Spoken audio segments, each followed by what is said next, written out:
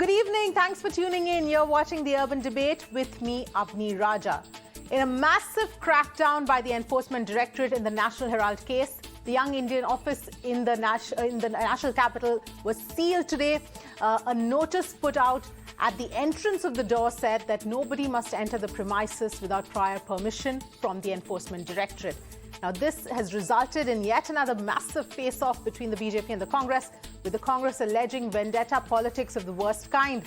Now, this is very significant to what we are discussing today, because what just happened a short while back, comes on the heels of 17 members from the opposition parties who have raised questions over the Supreme Court's judgment on the powers of the Enforcement Directorate. Now, this joint statement, and I'm going to quote some of the lines there, it says that they're disappointed by the highest judicial body.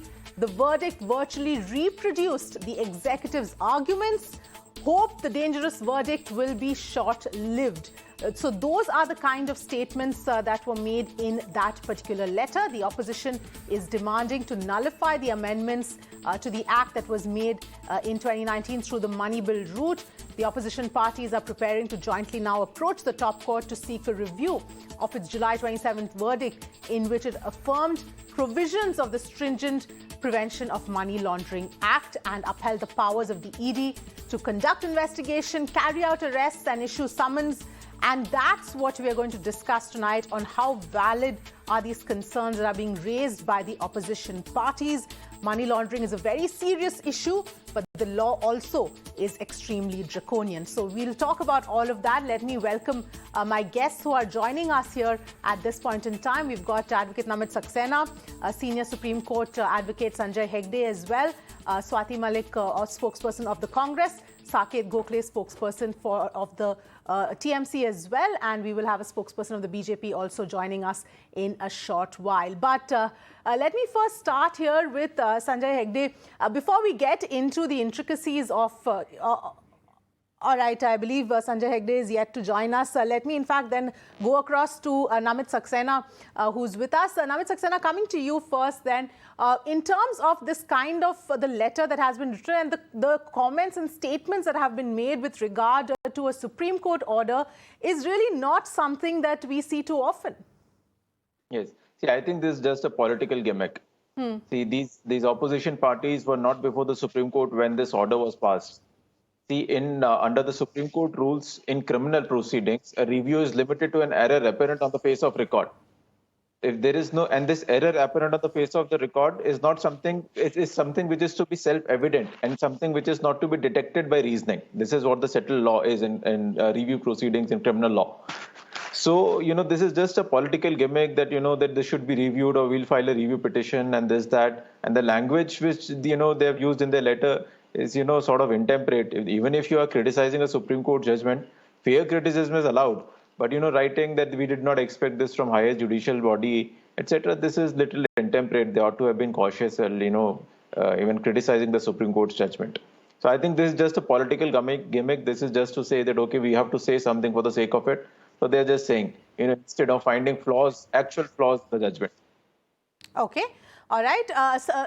Let me also go across. Swati Malik, your comments here. In fact, we just heard that there are no fundamental flaws with the order, and that hasn't really been pointed out in this particular letter. What would you like to say?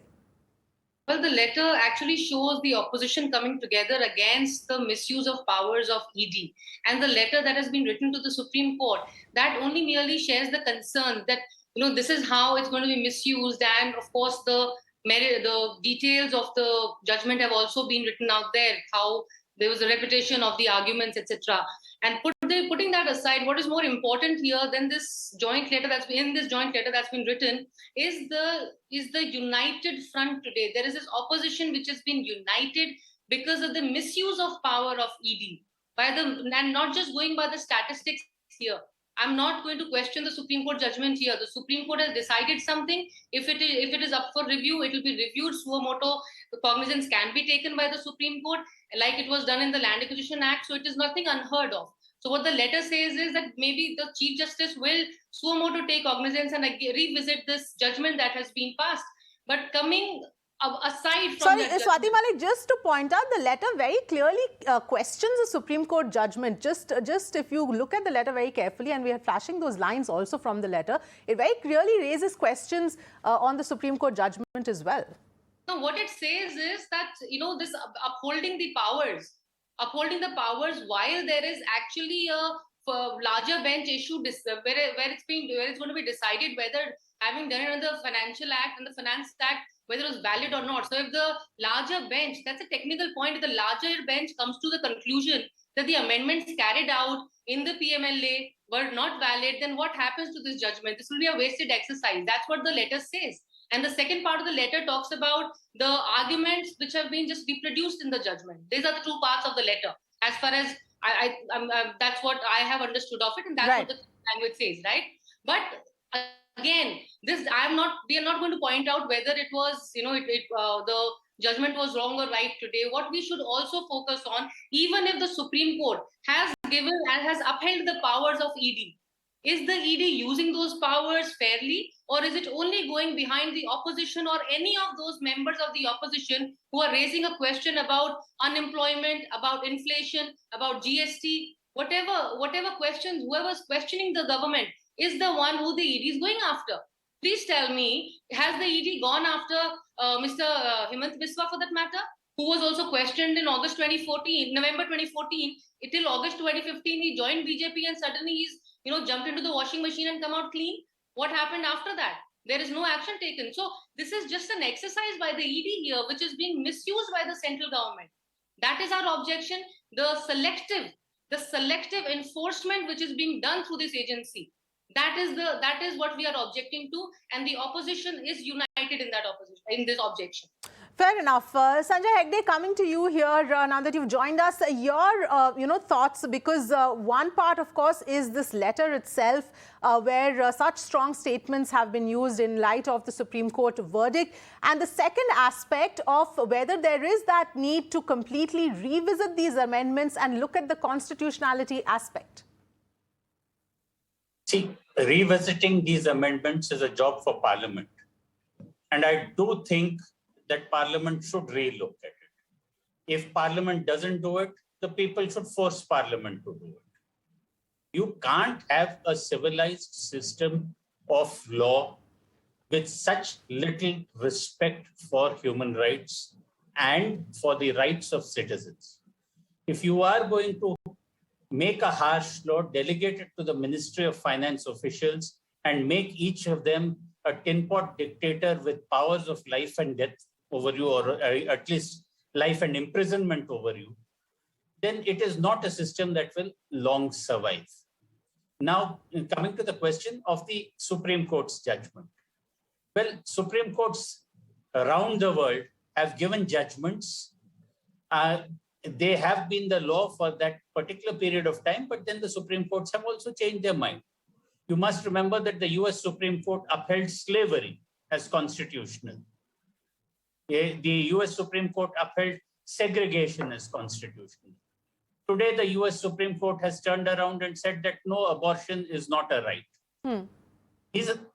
These judgments, when they clash with the values of a society, with the foundational values of a democratic country, then it is often that at some stage or the other, that these judgments are either reviewed, overturned, or explained away. In our own Supreme Court, you have seen that how it upheld Section 377 and said it was a penal offense. Thereafter, a larger bench of the Supreme Court turned around and said, no, we got it wrong. It was our Supreme Court which in 1976 in ADM Jabalpur said that your right to life is a gift of the Constitution, and if it is suspended during an emergency, hard luck to the citizen. Very many years later, that was overruled, and in fact, some of the children of the judges who had become judges themselves have overruled it. So this is not a judgment or a system of law which I think will long survive. Which way the change will come, whether it will come from the courts or whether it will come from Parliament, that only time can tell. Yes, absolutely. Let me also go across now to Saket Gokhale as well. Saket, while of course I know that your comments will be on the same lines as what we just heard from the Congress spokesperson as well, but just coming at it from another angle, as far as money laundering and this kind of crime is concerned, we've seen multiple instances. In fact, we've just spent the last hour reporting on two instances, one in Bengal and one in Madhya Pradesh, where the kind of cash, the amount of cash has been seized. So obviously it requires some draconian laws as well to deal with that. Hi, so to make it clear, no, my comments will not exactly be along the same lines, Sure. because I want to start by quoting one of the most eminent lawyers in Indian history and the drafter of our constitution, Dr. Ambedkar, who once very famously said that when a judge gives a judgment in a court of law, I'm duty bound to obey it. I'm not duty bound to respect it. So the judgment that was given by the Supreme Court is a copy paste of the arguments made by the prosecution. To give you a very simple gist in 3 lines, okay, we say draconian laws are needed. There's a reason we have a constitution, and there's a reason we have safeguards built in the constitution. The Enforcement Directorate first is not considered to be police. Therefore, they are not constrained by any of the constraints that are placed on an average police force. So if an FIR is registered against you by the police, you have to be given a copy. Whereas the Enforcement Directorate registers something called an ECIR, of which the accused is not even entitled to get a copy. Again, when you go for bail in an ED case against you, the onus is there is a presumption of guilt against the person. So the ED can come, point a finger at you and say that you're guilty, and the onus is on you to prove that you're innocent. During bail, in average cases, it is important for the accused to show that they're not a flight risk, that they will not tamper with evidence, they won't intimidate witnesses. Whereas in an ED matter, the accused has to prima facie convince the court that they're innocent in order to even get bail. So the entire dictum of innocent until proven guilty has been turned 180 degrees in case of these PMLA amendments, where it's the absolute opposite. Here you're guilty until proven innocent. And that kind of a we've seen such kind of provisions existing in the past in the TADA, in the POTA, and we've later seen courts striking them down because of the immense number of human rights violations that were carried out. And one last point I would like to add here is that the BJP might gloat today. The BJP might say opposition is doing a gimmick, etc., etc. Let me warn them that laws are not for 5 years. Laws survive the tenure of a government as well. And the Bharatiya Janata Party should realize in their own interest that what they use against other people, what they're celebrating today, can very well by any government be used against them tomorrow. The same amendments, the same law, the same draconian provisions. Yes, fair enough. Let me also go across to BJP spokesperson Asif Bhamla, who's joining us here as well. One can't really deny the fact that the number of opposition party members who are in the ED net, in fact, and if you look at the conviction rate, I'm not going to all these statistics because they've been quoted time and again, but the conviction rate itself is extremely low. And then, of course, you have cases against people who then later moved to the BJP, which have completely slowed down or completely been dropped even again, something that the Congress spokesperson was mentioning as well. So clearly, these are hard facts that cannot be ignored as well while we are talking about this. You see, of what I understand, I was just going through the letter that has been signed by a few members of parliament, you see, today. And I think now not only maybe the political parties or maybe the member of parliaments themselves would approach to challenge, of course, the court verdict. But this is a bunch of disgruntled MPs. You see, now there's a time that has come that they are going to be advising those people who are involved in the wrongdoings, who are involved in all sorts of corruption. Now they are going to advise the apex court of the country. It's that bad that the situation has turned, and all this is why? To protect the wrong, to protect the dynasty families who are involved in the wrongdoings. Is there no difference between a party, a parivar? You see, why is this sort of an intimidation required? You see, agencies are doing their job, and why does the political parties or those involved in the wrongdoing who've been ruling the country over the years think this to be as a complete entitlement for themselves. Those who believe that corruption is their birthright, and after this, let me also tell you, there have been. It's hilarious. They don't. Everyone has the right. My dear friend, I did not. Saket, I will come back to you to retort. I will come back to you retort. Yes. When you were speaking, yes, Mr. Bhamla, please go ahead. Saket, I'll come back to you to retort. Yes, please go ahead. You can rebut when I finish my turn, at least. Don't go ahead. Go ahead, please. Don't intimidate like how the political parties are doing in the parliament. No, don't worry. We don't have to do that. It's an independent body. आपके लिए ED, आपके लिए आप ये मानते होंगे कि ED का व्यवहार और इस्तेमाल कोई भी कर सकता है, क्योंकि जबकि ये हकीकत नहीं है. अगर आपने कर नहीं है तो फिर डर क्यों है आप? Why are you scared? What is the fear? After all, you see, after there is no relief from the courts, they start abusing, they start threatening the agencies. All those who have looted the nation aren't they accountable? No one is above the law. Let me tell you, this is a different sort of a government. ये एक अलग सरकार है, एक अलग तरीके की सरकार है, मैं कहूँगा. और मैं ये कहूँगा कि अगर भ्रष्टाचार, इनके हिसाब से भ्रष्टाचार मेरा अधिकार, और अगर कोई पकड़े तो वो मुझ पे अत्याचार. This is what they're trying to project in the way they have been reciprocating. I mean, it's very shameful. If you have not done anything wrong, it won't stand in the court of law. We have an esteemed panel, Mr. Hegde is a renowned lawyer. Yes, and even then, okay, let me in fact go across to Sanjay Hegde. Since he took his name, he wants to respond as well. Please go ahead, Mr. Hegde. So, see, all these politicians, let them go to hell. I don't care. The problem is that this law is framed so harshly that anyone and everyone can be brought within it. And it is having a chilling effect on business. People wonder, oh, if I do this, will there be the ED at my door? If I do this, we lawyers also can't now really certify that this is a clean transaction. Yeah, just let me give you an example. When you buy property, what do? You look at the chain of title. So-and-so owns it, so-and-so owns it. From here, this person sold it. Now, I have known of cases where the ED has gone on and said that this property is the proceeds of crime, it is attached, and that is after 5 transactions have taken place. So the powers are so wide, they are being used indiscriminately. And while you have all these showpiece politicians saying, oh, so-and-so is corrupt, so-and-so is corrupt, what is happening is the impact on business. What is happening is the impact on ordinary individuals.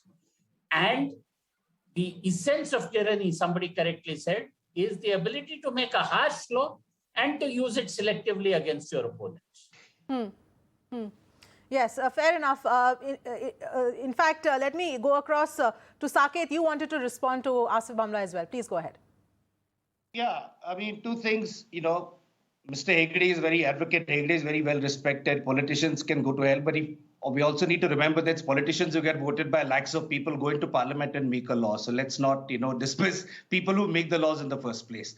Mr. Bhamla's argument that if you have not done anything wrong, why are you afraid? So let me get this right. Here is a law where the agency can point a finger at anyone and say you're guilty. That person has to prove themselves innocent. That person will not get bail until they prove to a court of law that they're innocent. Remember, this is a country where we have a backlog of 20 to 25 years of cases. So in that period, that person is going to remain in prison. And here is a man saying that agar aap innocent hai, to aapko kis baat ka dar hai? If that logic were to be applied, and if the idea is that anyone protesting against something or, anyone, going against a law, complaining against it means that they're guilty, the Bharatiya Janata Party has complained about several things. In fact, Mr. Amit Shah, during the Sohrabuddin case, had gone underground for 18 days.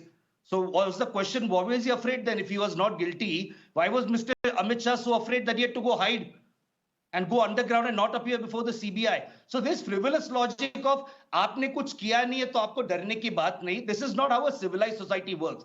This is how a vigilante society works. That I'm going to come to you as a vigilante and you're going to have to prove your innocence to me. No, we live in a civilized society, which the Bharatiya Janata Party does not accept because they live in the Stone Age. But in a civilized society, there are safeguards. You are innocent until proven guilty, and nobody can point a finger at you and declare you guilty and put the onus on you to be innocent.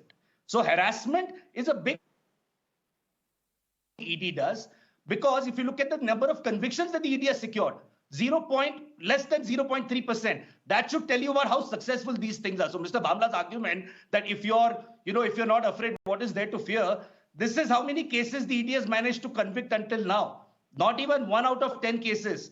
So that shows at the end of the day, the people who were charged in these cases, though, faced immense harassment throughout a period of a long number of years. So this frivolous argument, really, please come up with a better argument, Mr. Bhamla. And one last thing, when you say that the opposition thinks that they can advise the Supreme Court, let me inform you about the basics of law. Aapko pata nahi hoga, foundation chalate hain. Article 32 empowers any individual or any person in India to approach the Supreme Court in a violation of fundamental rights. Usko advise nahi kehte, usko petitioning kehte hain. And everyone has the right, just like you have the right, we have the right, the opposition has the right. That's not called advising the Supreme Court. That is called appealing to a Supreme Court. So please get your terms right while we are talking about this. Yes, absolutely. I agree with you there completely. It is a right to ask even for a review of the Supreme Court order, especially. But in fact, Namit Saxena, let me come to you here. You know, the point that he was talking about with respect to the conviction rate, which is less than 0.5%, about 5,422 cases have been registered, but only 23 people have been convicted. This number in itself, doesn't it show, a complete inefficiency as far as the Enforcement Directorate is concerned? See, there's a very famous saying which goes with lies, damn lies, and statistics. So these statistics which you are looking at do not give the complete picture of how ED works or how PMLA, the trial under PMLA works. See, a PMLA is a special provision, is a special act rather, which is based on a predicate offense. So there has to be a predicate offense which gets proved. If that is quashed, or there's an acquittal in it, or there is a discharge in it, the offense under ED automatically flops. So these numbers which we're talking about do not give the correct picture of how trials in ED work. Apart from it, let me answer to what Mrs. Swati Malik also pointed out regarding the larger bench reference which is pending. See, the Roger Matthew reference which is pending before the 7 judges, the judgment of the Supreme Court in this matter does not touch it. They say that we have left it open because that is to be something which is to be decided by a larger bench of the Supreme Court is one. Second, which Mr. Saket Gokhale pointed out regarding bail provisions. There's a very stringent provisions under the PMLA Act. Now, similar provisions are there under the NDPS Act. Similar provisions are there under the UAPA. Similar provisions are there in the Companies Act. Section 212 clause 6 of the Companies Act is also identically situated. And all these, the validity of all these have been upheld. So this is not that which is unique to PMLA. The other statutes also which are similarly situated bail provisions. Second, which Mr. Saket Gokhale also pointed out that that Article 32, anybody can go to the Supreme Court. See, a Supreme Court cannot issue a writ to itself. Now, and there's a presumption of constitutionality in favor of a parliamentary enactment. Now, the Supreme Court has given a detailed judgment. Once the judgment comes, now it is not open to anybody to go under Article 32 and say that, okay, please issue a writ to yourself and review your judgment. So review in criminal law, as I stated initially also, is based only on an error apparent on the face of record, an error which is self-evident and is not based on a reasoning which is to be, diligently found. This is settled law as recent as Ratanlal Patel in March 2022. So, this judgment is to be understood in this conspectus as to what has happened now. Now, Mr. Hegde is right in saying that this judgment may have a particular duration to live through. Tomorrow your larger bench may say that this judgment is not correctly, decided. We'll review it, or there can be a suo motu review. We don't know. But this only, as Mr. Hegde also pointed out, only time can tell. But for the time being, this judgment holds the field. This writing letters, this entire pattern of writing letters, etc., is just a political gimmick. Nothing is going to happen at the behest of these letters which are written by a few select politicians to the top court of the country. So this is only, that after the judgment has been passed, you have to say something, against agencies or against, something, the new populist culture which has emerged. So this is only a political gimmick. Nothing is going to happen on the basis of this letter, is what I wanted to, tell the viewers about. Okay. Sanjay Hegde, a slightly larger perspective in terms of when we've talked about draconian laws in the past, whether it's the UAPA or now in this particular case, the PMLA, there is always the issue of misuse of that particular draconian law. And there always seem to be no checks and balances in place to sort of stop that. What needs to be done to ensure that doesn't happen? Well, unless you as a society decide that this is how we are going to run our country, unless you make your rulers accountable, there is nothing that can be done. Quite frankly, there is a sense of deja vu as I watch all this. Economic offenders, we are at war with them. That was exactly what Mrs. Gandhi said between 75 and 77. When you had Misa and coffin pose under which you had all these whole-scale detentions. Strong leaders seem to think that they can administer strong medicine to the country. The country then rejects it. But it is all, it takes a period of time till the country realizes that the strong messages that they got from their strong leaders actually did not lead them towards a civilized, developing country that we really are. We are a country of moderation. Immoderation in anything, including in heavy-handed application of the law, always fails. Unfortunately, there are people who get caught. During the emergency, there were people whom you may not remember, like Snehalata Reddy and Rajan, who died in prison. There were others who came out of prison after long imprisonment. But this is how a society also tends, and a country tends to evolve. The question is, are we invested enough in preserving a democratic society with a rule of law which favors the citizen? And do we want an over-heavy state? Yes, absolutely. In fact, Swati Malik, if you would like to come in here as well, because now obviously the plan is to seek a review from the top court, but failing that, what would be the next step? It is for the Supreme Court to revisit the judgment and come up and decide, or maybe explain this further, explain this better, and make this judgment less, abusive, as I would call it. I would go as far as, because it's given the kind of powers given to ED are really, it's really shocking that all that has been upheld, as explained by Mr. Gokhale as well, and Mr. Hegde has explained very well. But my answer is also here to the BJP spokesperson, who was also, very, jingoistically shouting out here that if you're not scared, why be afraid of this? Not done anything wrong, why be scared of this? So the only thing I want to say to him is that we are not scared. That is the reason Mr. Rahul Gandhi was questioned by the ED for more than 50 hours. Mrs. Sonia Gandhi was questioned by the ED for more than 3 days. Then they went to Herald, and other members also of the company have been questioned by the ED when they found nothing. Now the fact that they are, they've sealed Herald office, or they've, they blocked out the road outside the Akbar Road, outside the AICC office. All that only shows the frustration of the ruling party here, because also the opposition and the Congress had taken out, memorandum of protesting against inflation and all rather more important issues on 5th of August. So this is again nothing but a distraction that the government is trying to, do through ED out here. When we talk about inflation, when we talk about GST, everything is put aside, and here you and I are sitting and discussing PMLA. And one more thing I want to point out here is that the 3 MLAs who were caught with that 48 lakhs from Jharkhand, they were suspended by the Congress. But the 4th MLA who made a complaint, who registered an FIR and named a BJP person, Mr. Hemant Biswa was named out there, but no ED has gone into Mr. Biswa's house. Nothing has happened, even for a campaign as latest as this. So while 3 people are arrested, and but 4th one is discarded off, saying, oh, he's just trying to make up a story now.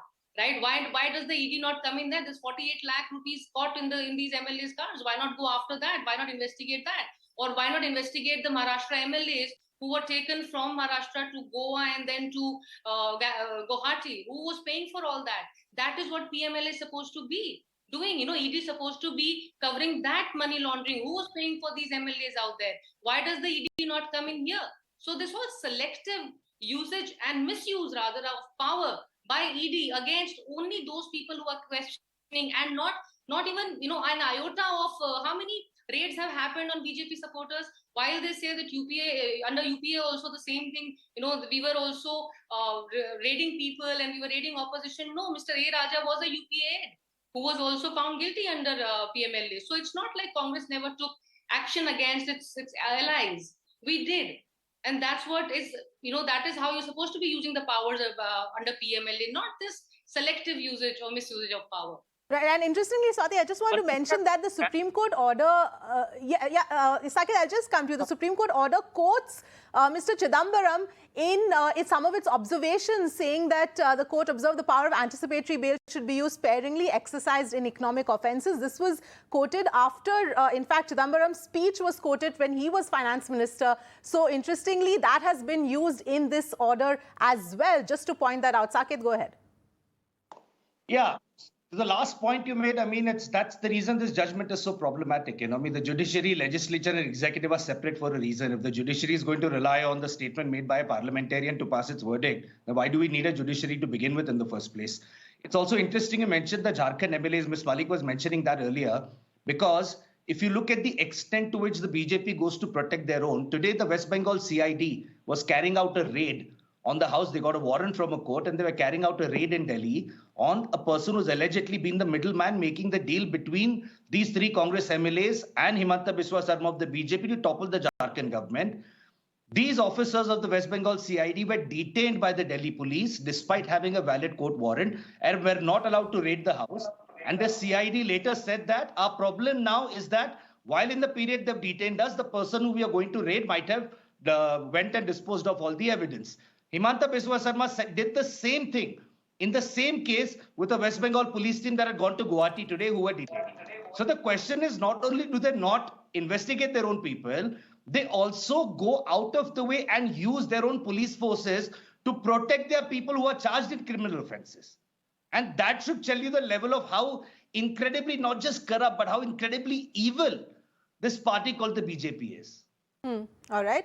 Sanjay Hegde, your final word to you here. We're running out of time. But in your opinion, out of the most problematic sections or the parts of the PMLA, what do you think needs immediate focus, or what is most contradictory, according to you? Well, it runs a coach and horse through civil liberties, turning the presumption of innocence on its head. That, to my mind, is the most problematic. And the bail provisions. Yes, Namit is right that the similar provisions exist in other laws, but it was Justice Khanwilkar who even gave teeth to them even further when in the Vatali judgment, which was under the UAPA, you said that there is no way of displacing the presumptions in this, that how do you prove that you're not guilty? The only way you can do it is to go through a trial. I think that the judgments have been made, harsh laws have been made harsher by judicial interpretation. And that is what I find the most problematic. The judiciary is supposed to be the sentinel on the qui-vive, zealous for the rights of the citizens. Here, I think that the citizens' rights have yielded to the executive and been allowed by the judiciary to make the executive all-powerful. That's not how you operate a country or a constitution. Absolutely. In fact, I want to, before I wrap up, go across to Namit Saxena once again, because, the fact of the matter here is that while, yes, money laundering is a very serious issue and it needs to have stringent laws, but in this particular case, we've seen a number of points being raised as to various, BJP party members who have gone scot-free. And the number of people from the opposition parties who have been embroiled in the ED net, that cannot be looked away from. I would like your comments on that aspect. See, there are three things: having a power, exercise of that power, and conditions on exercise of that power. Now, what the Supreme Court's judgment does today is that it says that they have the power, ED has the power. Exercise of that power lies in the domain of the executive. And conditions on exercise of that power, now the Supreme Court in this judgment is upheld. For example, Section 24 and Section 45 order. So. Now, when we look at exercise of that power, the powers which the ED has in general domain, to investigate, to search, to seize, to confiscate, to attach properties, to confirm the attachment of properties, all this lies, the exercise of this power lies in the executive's domain. Now, for example, there is a very common argument which has been raised throughout the debate that, opposition is being, only opposition leaders have been, troubled under the PMLA and not, people who are BJP supporters or, friends of BJP in a sense. See, these people would not have been investigated at all if they were in power. Only because by virtue of their placement in opposition today, they can be investigated. Had they been in power today, they would not have been investigated at all. So, for example, we have, the case of young Indian, against Mr. Rahul Gandhi and Ms. Sonia Gandhi. If they were in power, would they have been investigated? The answer is an emphatic no. So just because they're placed in opposition today, at least they can be investigated. No, I'm not saying that, that supporters How is that any logic? Just because somebody is in power, they don't get investigated? I mean, there's so many examples. Himanta Biswa Sharma, Narayan Rane, Mukul Roy, as soon as they got affiliated... in power, therefore they can't be investigated. No, I'm not saying that they should not be investigated. The investigations against these people have been stopped. They've been slowed down altogether. Is that fair in your view? No, that is not fair. What I'm trying to say is the exercise of this power is in executive's domain. It should apply equally to everybody, yes, irrespective of whether they are BJP supporters or whether they are in opposition. But the point I'm trying to make is that the opposition leaders who are in opposition today, if they were in power, they would not have investigated themselves, or they would not have subjected themselves to investigation at all. The point I'm trying to make here is this. But that cannot be an argument. You're contradicting yourself. You're saying that it has to be equal the way the law is applied, and then you're saying they would have not have been investigated, and that is the reason why this investigation is happening. No, so I'm not saying that contradictory. Let me make myself clear. I'm not mooting selective investigation at all. I'm rather saying that investigation should be at par. All powers of any investigating agency should apply to everybody equally. This is what the Constitution also contemplates. But what I'm trying to say is that the people who are, raising voice today that we are being investigated only because we are in opposition today, this argument is flawed. Because if they were in power, they would not investigate there's a themselves. counter-argument. The counter-argument is that if you join the BJP, you will not be investigated. Joining the BJP gives you immunity from investigation. That is where the problem lies. Yes, exactly. No, sir. No, I'm rather saying that there should not be any selective investigation at all. Now, joining BJP, or any other political party in NDA, if there's an immunity, that is also not something which is absolutely correct. That is also incorrect in law.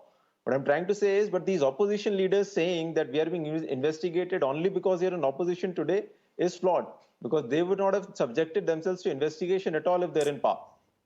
So you're admitting that is how all ruling establishments work. That is how all political, establishments have functioned throughout. For example, Mr. Hegde pointed out what was there when Indira Gandhi, implemented MISA, etc. in coffee posa meter, no, MISA, but etc. David Saxena, then you're saying that ED is depending on who's in power and accordingly choosing. That's exactly what you're saying right now. And then accordingly choosing who to investigate. Yes, see, these are harsh ground realities. How are postings made in ED? These are discretionary appointments, and per se the top rank. There is a petition pending with the Supreme Court where the tenure has been extended indefinitely again. Not indefinitely, but for a certain period again. So at the end of the day, these are all political discretionary appointments. So we can't, completely say that. That's the problem with the judgment. The court, it is the failure of the Supreme Court to ensure that an independent institution remains independent. And in upholding these provisions, the Supreme Court has completely allowed that institution to lose its autonomy. I don't agree with that, but nonetheless, the judgment cannot be overturned only on concerns raised like this. These are constitutional arguments which are to be made. All this, the judgment, if you read the judgment, all this has been taken care of. So, and they have, in very detail, they have delved into how, Section 24 kicks in, how Section 17 kicks in, how Section 45, they cannot, although they can be, then why can do find you out. think that power controls the ED? If they've gone in detail, then why are you saying that it's a harsh reality that whoever is in power will control the ED? You're contradicting yourself. I'm not. No. Please don't take me wrong. I'm not saying whosoever is in power will control the ED. I'm saying the appointments which are made, they reflect upon the whatever political establishment is there at the center. See, because this is what the law is, and this is what the law has been upheld now. Before. Who says an appointment needs to be a political appointment, or who says that an officer needs to be reporting to the central government or the ruling party? There is no law which says that the officer has to report to the ruling party. That's the reason today there is so many appointments are made by the government, by the ruling party. Does that necessarily mean that all of them have to toe? Is there a law that they have to toe the ruling party's line? I'm saying to the contrary, they don't have to. But what I'm talking about is the harsh realities that, that there are examples that they do. All right. I saw Sanjay Hegde nodding his head, shaking his head, and then I'll go to Swati as well. Sanjay Hegde, please go ahead. No, I think Namit's argument is we are like this only. Yes. That seems to be the argument. That's not how you actually run a country or interpret its constitution. Now, the question before the Supreme Court was that, look, you yourself have said that any law which deprives somebody of life or liberty has to be reasonable and fair. Now, look at all the provisions of this law. And yes, the Supreme Court may have written a 579 pages judgment, but you can have 579 pages and be wrong throughout. Equally, like the US Supreme Court, when it wrote Brown versus Board of Education and desegregated the schools, it wrote it in 9 pages. So the length of a judgment is absolutely no indication of whether a judgment is right or wrong. If a judgment goes with the thing that the king can do no wrong and it goes to uphold it, then I'm sorry, it is not doing its duty as a constitutional auditor in a system of checks and balances. Right. Swati, go ahead. Last comments to you. Like Mr. Namit just said, that whoever is in the power, whichever party forms the government, ED reports to it or should not report, controls ED indirectly. But I just want to point out that while UPA was there were 113 raids, out of which 22 people have 113 cases, out of which 22 have already been convicted. So look at that ratio. We'll have to compare that. When UPA was in power, the Supreme Court had to observe that CBI is a caged parrot. So let's. I'm talking about. Let's just talk about ED right now. Let's not divert. No. Let me just. I did not interrupt. Please hear me out. All I'm saying, out of 113 cases, 22 convictions have 22 have converted into convictions. Compare it to after 2014. Look at the number of cases and look at the number of convictions. Just one conviction since 2014. That is the difference between this government, which is in 1975, 77 at least there was a declared emergency. This is an undeclared emergency. And that is the problem we are all facing today. There is an undeclared emergency and everybody is falling prey to this. And that is the reason the entire system, be it the judiciary, be it the executive, and all of us, all across the parties, all across political parties, we have to come together to protect the Constitution of India, which is the only sacred book in this country and which should be ruling all of us, and nothing else should be ruling us. All right. I'm afraid we're completely out of time, but I'd like to thank all of you for joining us with your perspective on this extremely crucial issue as far as the PMLA Act is concerned. What the Supreme Court decides, whether the top court decides to review this or look at it as from a constitutional perspective, is something that only time will tell. But for now, we'll slip into a very quick break and we'll be back with lots more.